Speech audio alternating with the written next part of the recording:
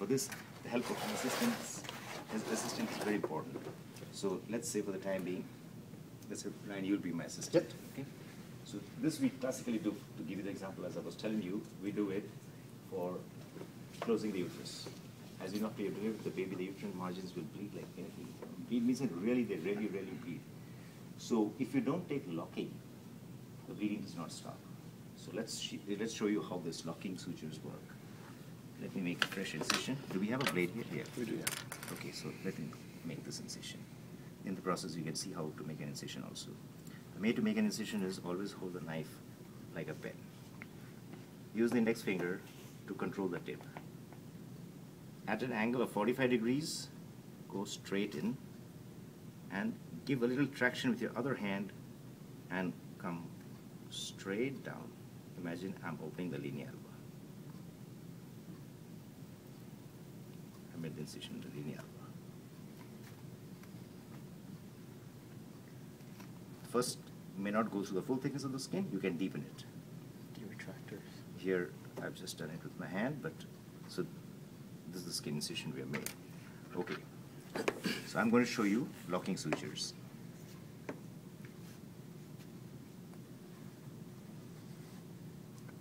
You know what? You want a big one? Yes, this needle is not ideal for a skin suture. We need a bigger needle.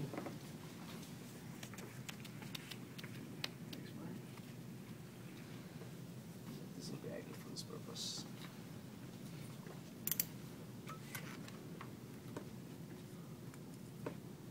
The first step is pretty much the same, so we just go the way we were going earlier.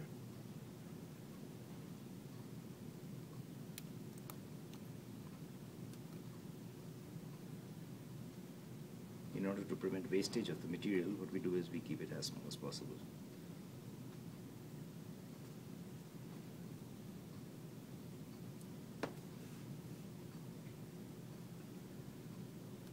Always bring the knot to one side. Never keep the knot on the suture line because it will produce a painful scar.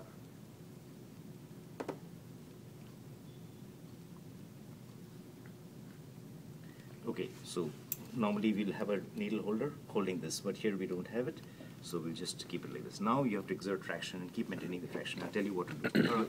You will have a crucial role to play in this locking business. Are you still using the artery forceps? Yes. Instead? We will use an artery forceps to hold this end and keep it aside. Do you want me to hold it Now for the you? assistant, yeah, what we do is, after you have done this, we just clamp it with an artery. Imagine there's an artery forceps, so that this is out of the way. The assistant maintains traction. Not too much, just a little bit, so that now I'll take the next bite and I'll tell you when to, you'll see the difference between a continuous and a continuous locking. Okay. Imagine the edges are bleeding profusely, okay? Once I've taken it out, what I'll do is I'll just pass it around through the loop. Release it. There. We have, this thing is not right. One sec.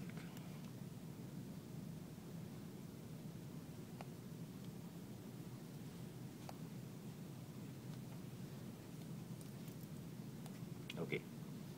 Now again, maintain the traction. Okay. Keep vertical traction. You'll find that it'll stop the bleeding very quickly. Next, bite. Keep the loop there. I'm going to pass it through. Okay, release. There. That's lovely. So now what I'm doing is with each knot, each loop, I'm locking it. Next, this and this. Here, again, I'm going to pass it through the loop. Here. See? So now there's a vertical strand coming between the loops. This is called locking stitches. But for this, the assistant has to maintain constant traction. You have to maintain traction like this. Can I come sideways? With your left hand, yes. Then we take the other side.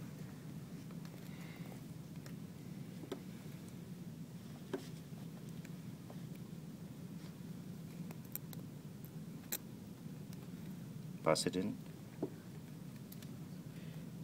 Yes. This is not done on the skin, this is done on the uterus or on the stomach when we are closing the stomach after a gastrotomy. Because these are the edges which keep bleeding even after we have put. Now again I pass it through. Yes.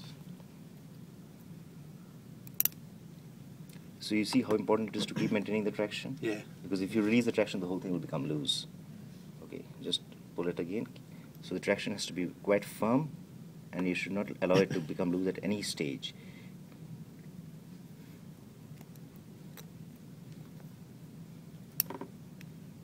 Always go through the loop and tighten it. Yes.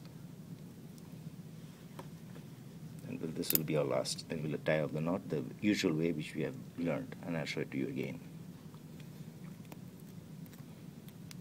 Now we don't loop it. We just maintain this thing here, and we catch hold of it and we tie it off.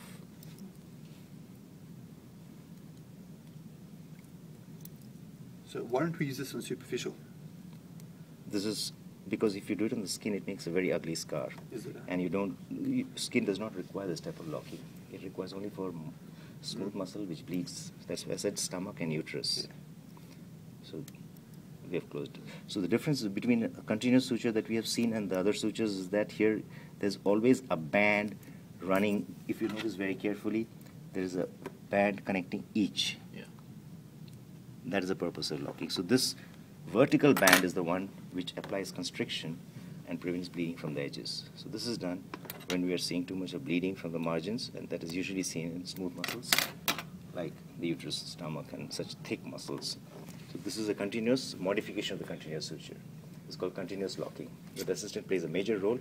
He holds it up in a loop and you pass it through the loop and you tighten it. So you keep doing it with each knot. You wouldn't use a cautery pencil for this organs, would you? You see the uterus muscle is so thick. Yeah.